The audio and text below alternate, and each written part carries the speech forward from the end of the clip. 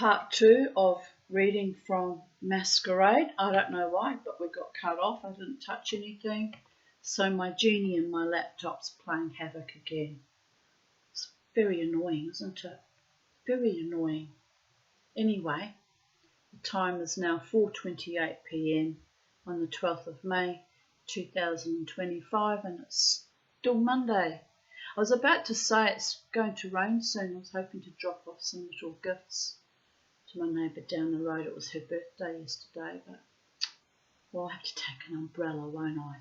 Well, anyway, I was hoping to finish the story before then, so I'll have to quickly finish it because it's too late to drop in on them soon. I'll be making dinner and guess I'll have to do it tomorrow. Plus it's going to rain. There. Annoying.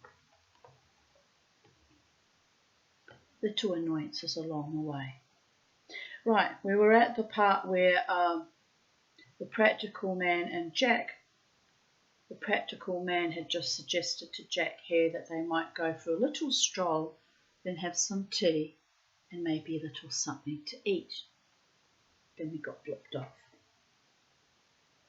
Jack followed and they went down the street, along the promenade and down to the beach. The town was a well-known seaside resort. They walked along the sand until they came to a deserted spot where the man emptied the chair of its contents and flopped himself down in it. This is just the spot for our experiment. Fetch driftwood and make a pile of it. Just here. Jack did as he was told.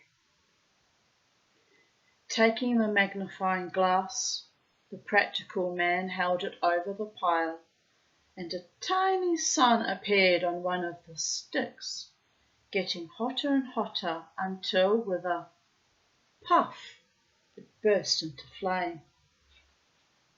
"The sun's arrived," cried the practical man, pulling a toasting fork from inside his jacket. "Now, my little beauty, jump in." With the sting of the toasting fork in his rump, Jack jumped. Oh my goodness.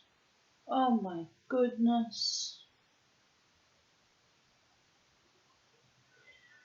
The picture says fireboil kettle at high tea, wave quench fire at high tide. And here he is, the practical man, by the beach in a very comfortable chair, having some kind of barbecue, picnic or summit like that, or summit like that. I'll try and look for the hair, which is hard because well,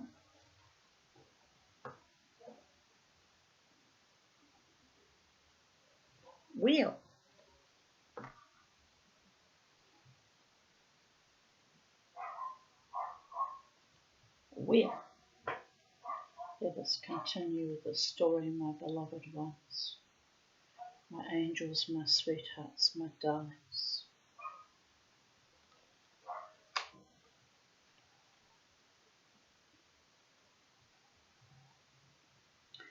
At this point, Sir Isaac Newton himself enters the story. By now he is very old and grey, and some of his less good theories have been disproved by the clever men of today, but despite all, his universal law of gravitation still rules everywhere. We'll thank the goddess for that. It'll be floating off somewhere, unable to catch us. There'd be no more tricks to be played. Unattainable, my beloved ones.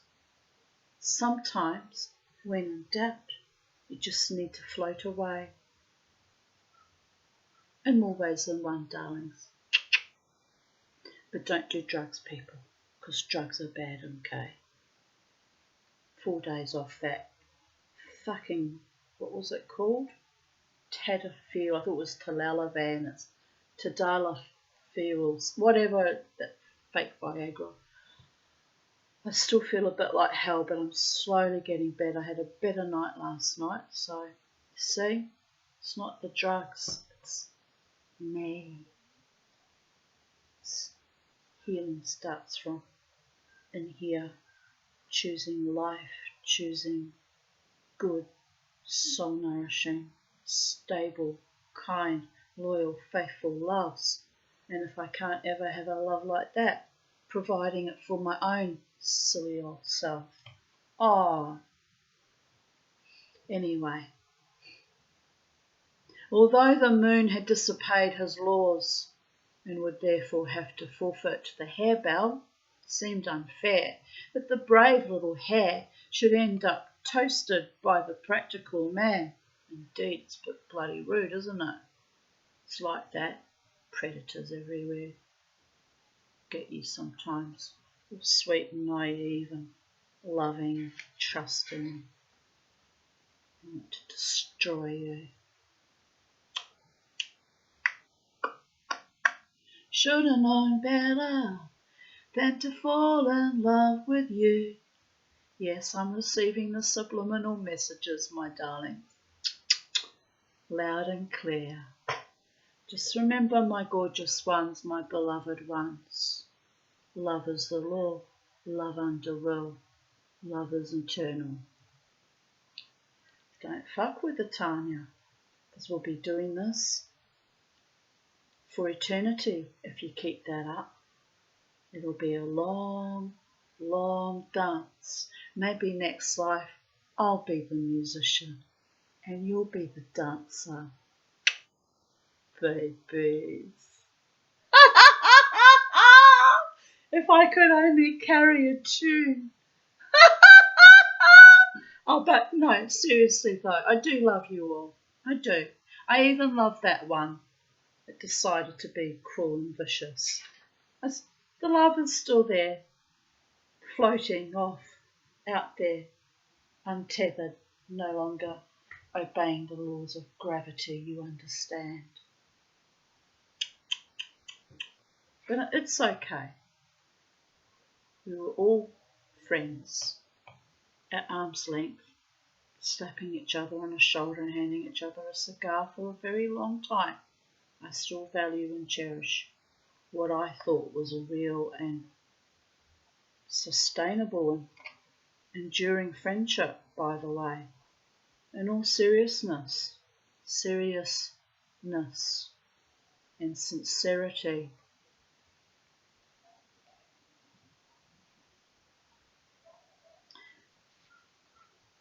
Besides, although this may not be the happiest of stories, it is not a tragedy.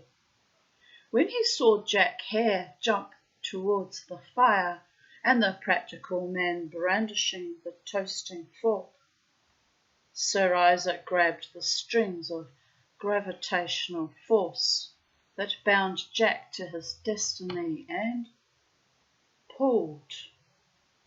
Jack was deflected mid-leap, swerved sideways, and fell splash into the water. This now completed the moon's curious instructions. He'd started in the earth, had gone up into the air with Tara treetops. Tara, who I think was dying to tell me things, but caught the evil eye instead. But was she dying to hang around me a few times? I wondered what that was about, to be honest. Now we know, don't we, darlings? The sisterhood, even riven with jealousy and envy, can still yet be a powerful protective device. But I chose not to ask the appropriate questions. I chose to stay in denial and delusion. I felt safer that way. But the truth always comes out in the end, babies. Sometimes it takes 20 years, but it will come out, and I'll just go, I had a feeling it was like that. Sweetness, sweetness and delight. Sweetness and delight comes to me with such sweetness and ends with such spite.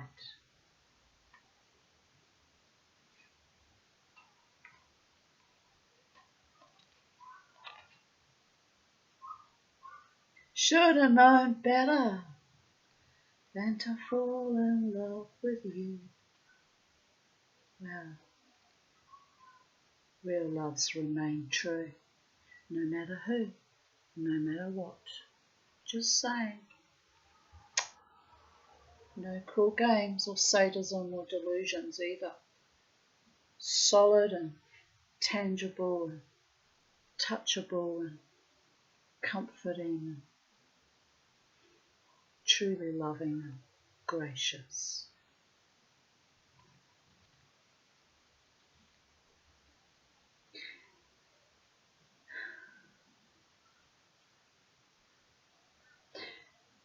He'd started in the earth, had gone up into the air with Tara treetops, had passed through the fire of the practical man, and now here he was, in the water. Down and down he fell into the gloomy depths until he could hardly see a paw in front of his face. Then through the murky waters he saw a distant yellow light. It must surely be the sun, thought Jack. To find out what he really saw, answer the slippery riddle. My first begins first, and I am myself my second. My next is the end of ends, followed by the beginning of hope. Why are you standing behind me, Spirit? What is it that you want from me?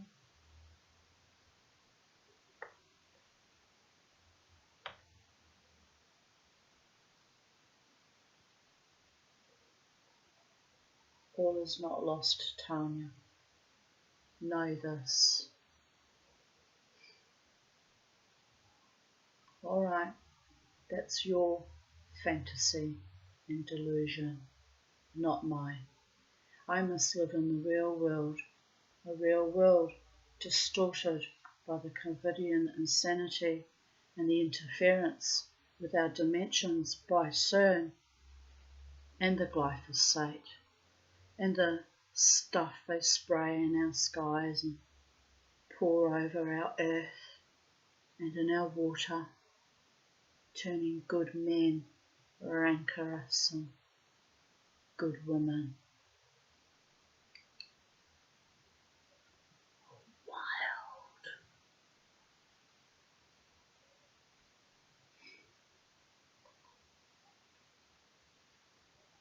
Now put me on one line and you will find my name. I live my whole life out of doors, but never feel the rain. Jack be nimble, Jack be quick, and Jack jumps over the flame.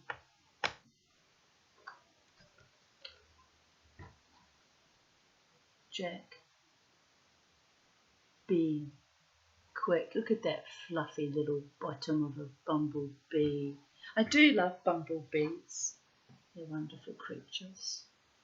And here's Sir Isaac Newton playing with puppetry and gravity and bees and bells.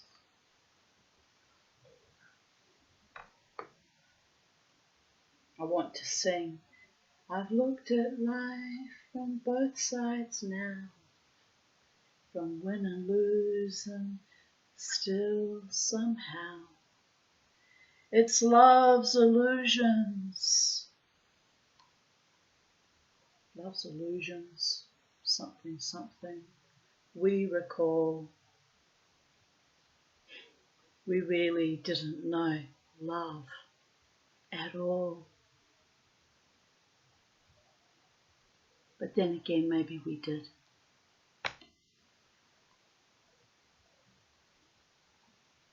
Well, the love I poured into all of you was true and authentic anyway. I can only speak for myself. I can't speak for others. I don't know what's in their true hearts and minds and souls, and it is what it is. Hanging up we have other puppets. A frog and a hare and a seagull and a butterfly and a fish. I think that's a trout actually. What else do we have? Snail and a ladybug. What looks like a snake, and what's that one? I don't know. A gecko maybe?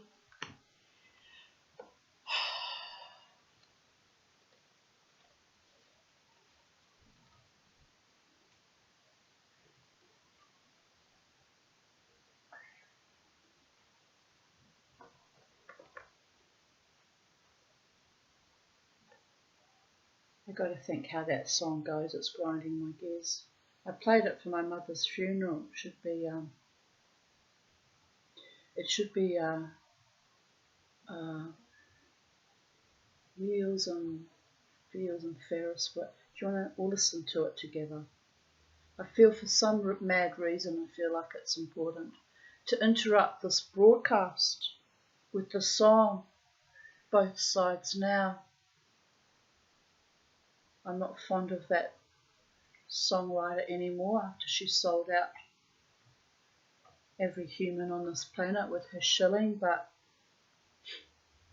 back in the day she was a wonderful singer and songwriter, so I still honour the artistry if not the artist. You understand.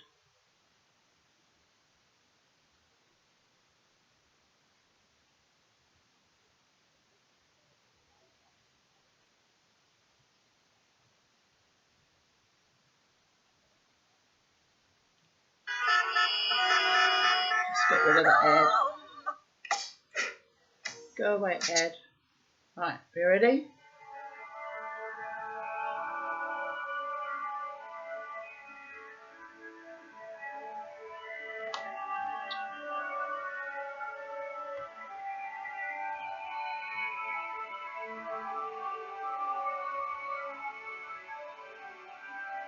Rose and flowers of angel hair,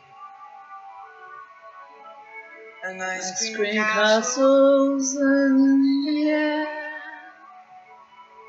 and feather canyons everywhere. Look at the clouds that way. but now they only block the sun. They rain and they snow on everyone. So many things I would have done, but clouds got in my way. And look at clouds from both sides now, from up and down, still somehow it's cloud illusions I recall. I really Don't know at all.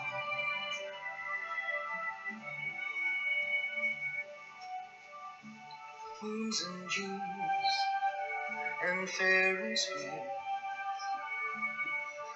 the dizzy dancing way that you feel as every fairy tale comes true.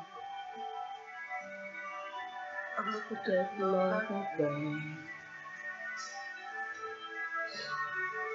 but now It's just another show. And you leave them laughing when you go. And if you can, don't let them know. Don't give yourself away.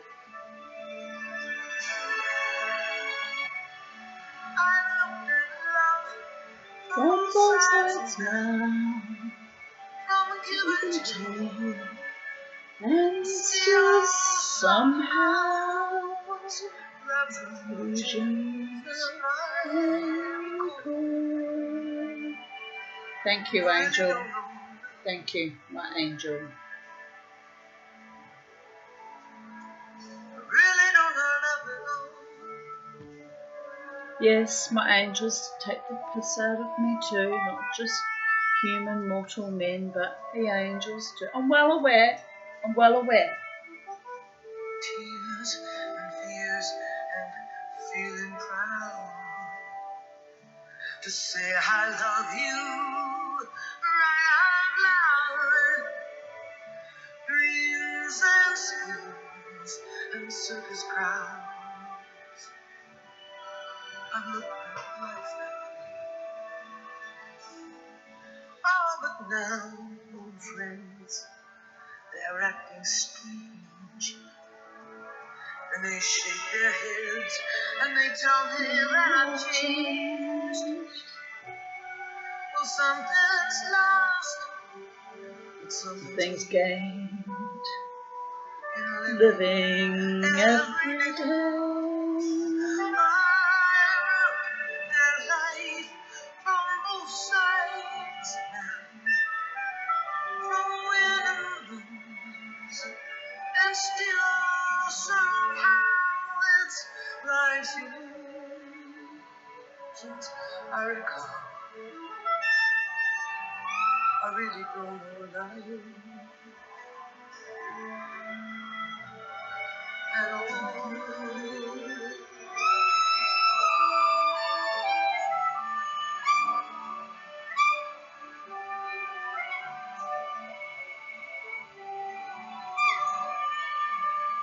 Perhaps if she'd known life, she might not have shilled poison to millions across the globe, by the way.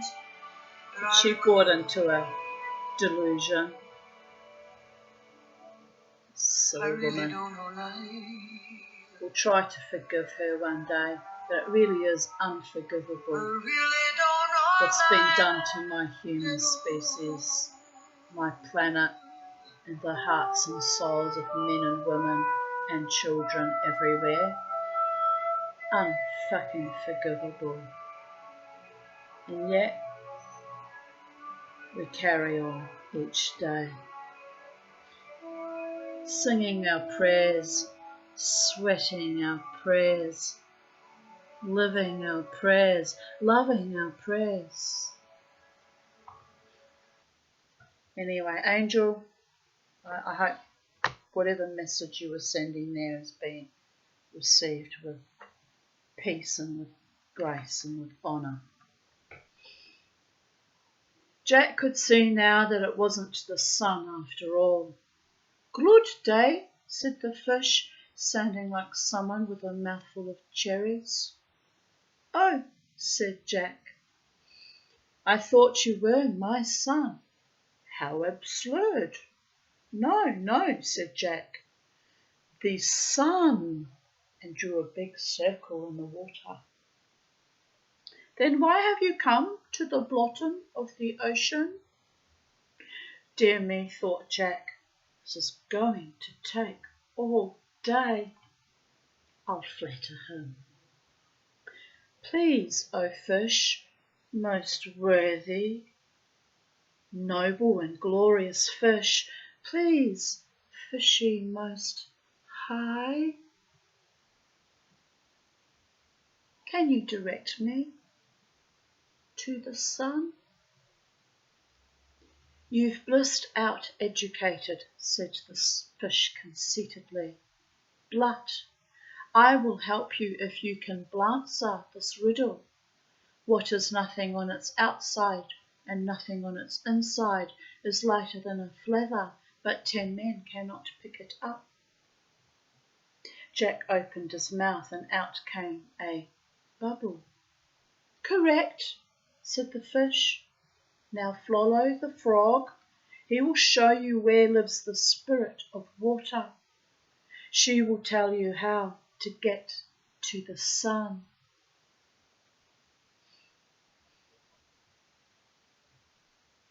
I wonder if she will tell me how to get to real love.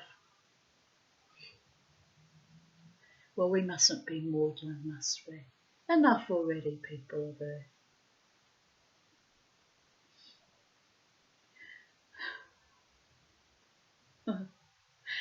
Jack followed the frog, and they swam until they came to a sparkling lake, where a charming young lady swam back and forth, measuring its length. "Next time she passes," said the frog, "ask her." Jack did, and this was her strange reply. "Stand at the water's edge a little before the sun sets in the west, and you will see a yellow carpet. If you can run its length before the sun has time to set, you will reach your destination. Good luck." My reflection I have seen in deep waters, blue and green. I thought I saw the hair, but it's actually looks like a hand. Oh, well anyway, it's getting darker now, people there. 4:55 p.m. Sun's starting to set.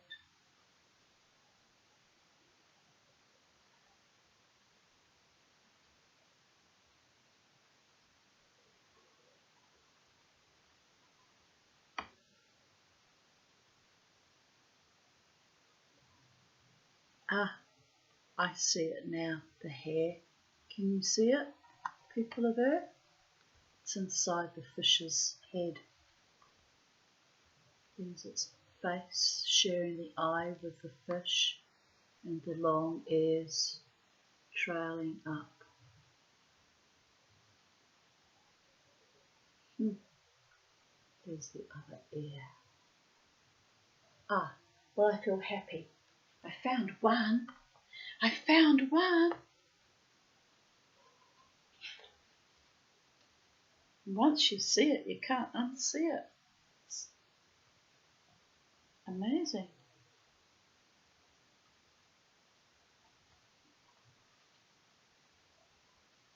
But I do actually also see what looks like a hand curling over the hairs and the fish's head there. Almost translucent, like a ghostly hand caressing them both.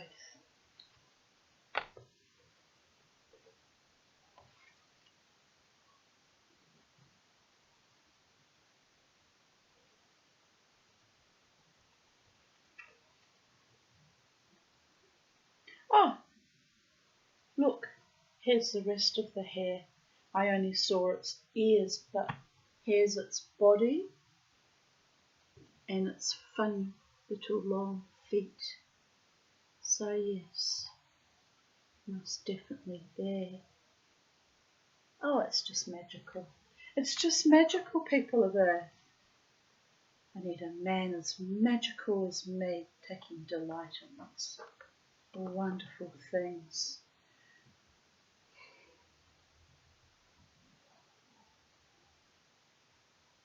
Well, one day, eh?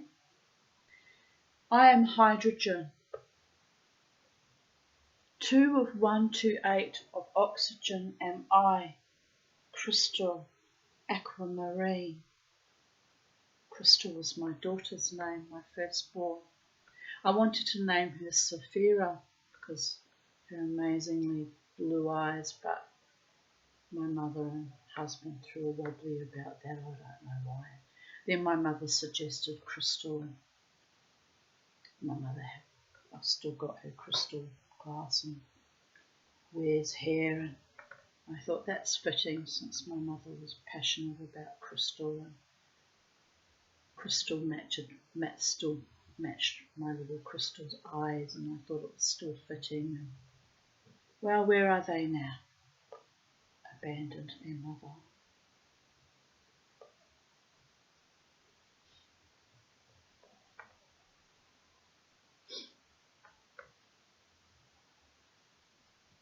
Ancient griefs that need to wash away like the swimming pool in this picture. Wash it away, people of Earth. That looks like very much like the house where my mother was billeted in Germany, in the south of Germany. Very, very much like it by the gods. And she was billeted during the war to look after all civilian orphans, keep her safe from the saturation bombing in Hamburg, and did indeed keep her safe. Why was she chosen to be kept safe? So she could bring me into the world, and I could bring my daughters into the world, only to be beset by the worst fucking awfulness and abandonment in an actual fucking zombie apocalypse. Why was she kept alive so that I could live? 16 near fucking deaths. It's ridiculous, people of Earth. Never to have been ever truly loved, except by my platonic friends and my doctor, I guess, but awful it is, truly awful. But there we have the little hairs on her swimming costume. My mother taught herself to swim under Hitler's orders, came from high up, his office high up, to teach those children to swim, Gisela Meyer. She didn't know how to swim, but she had to learn real fast because orders were orders. And this is very chilling for me, this picture actually, because it's exactly what happened to her. She taught herself to dog paddle, and she taught all the children how to dog paddle, and that's as good as they ever got, but they could swim, get themselves out of trouble if they fell in the water. I am hydrogen, 2 of 1 to 8 of oxygen, am I, crystal aquamarine, H2O, water.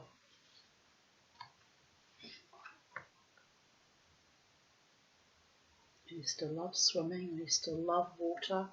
Didn't swim much last summer, and not much the summer before, and not much the summer before that. It's awful.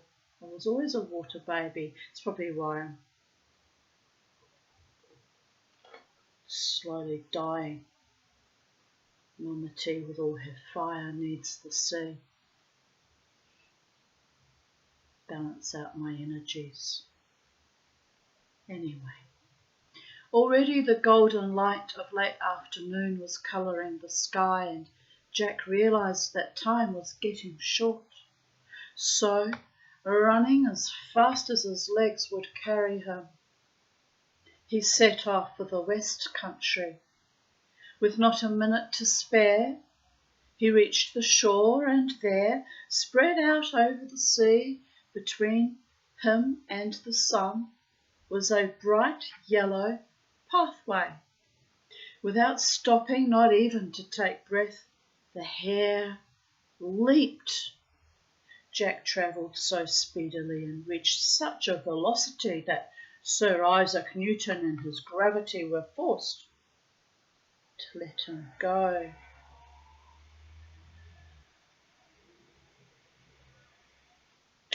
He had now escaped the Earth's powerful attraction and was travelling end over end through space towards the sun.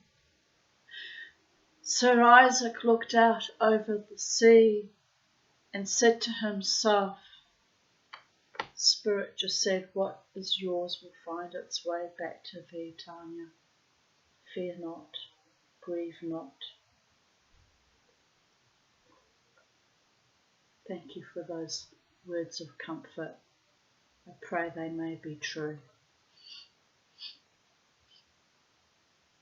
Sir Isaac looked out over the sea and said to himself,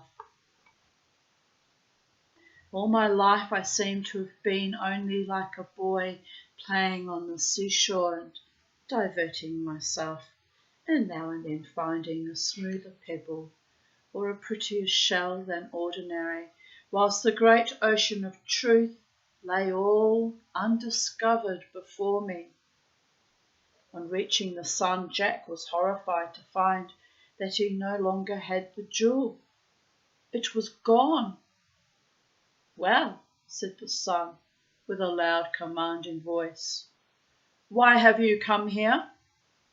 Jack thought quickly, then said, Great Lord Sun, I bring you a precious gift from a noble and gracious lady, and it would be yours if it were not the answer to this riddle. 50 is my first, nothing is my second. My daughter made this for me. That's probably why I'm missing her today.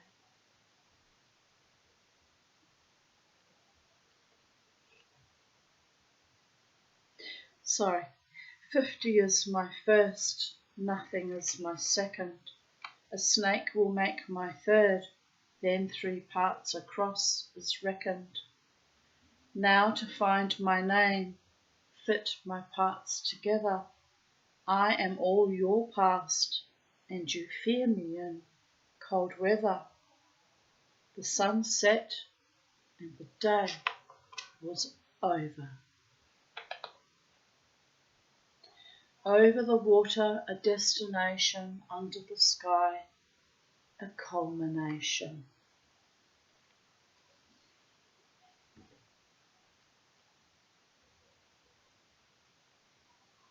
And ironically, the sun's not far from setting here in Brisbane, Australia. Synchronicity, my beloved ones.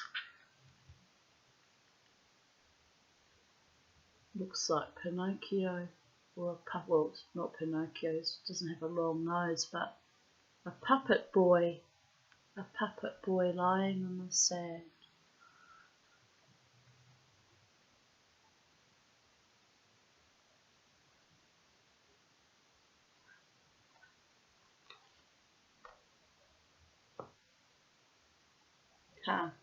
I found the hair in this one.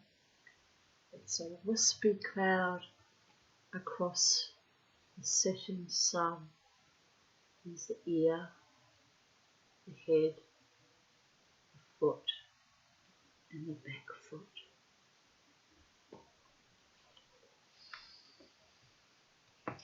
Anyway, that is the end, beautiful people, of Planet Earth, and it was a fairy tale within a fairy tale, some magical trauma / grief processing on my part, and even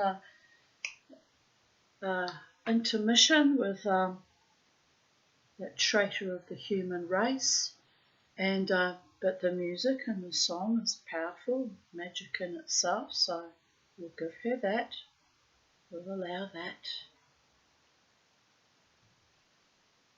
And here I am, living my best life on planet Earth, trying to anyway,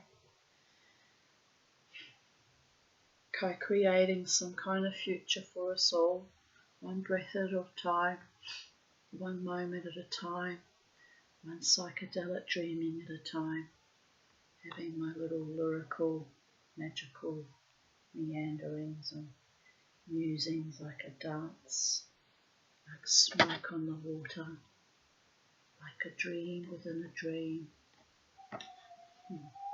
Blessed be people there. It's getting damp, so my asthma's playing up, and it is what it is. Look after yourselves. Stay in your body autonomy for as long as you can.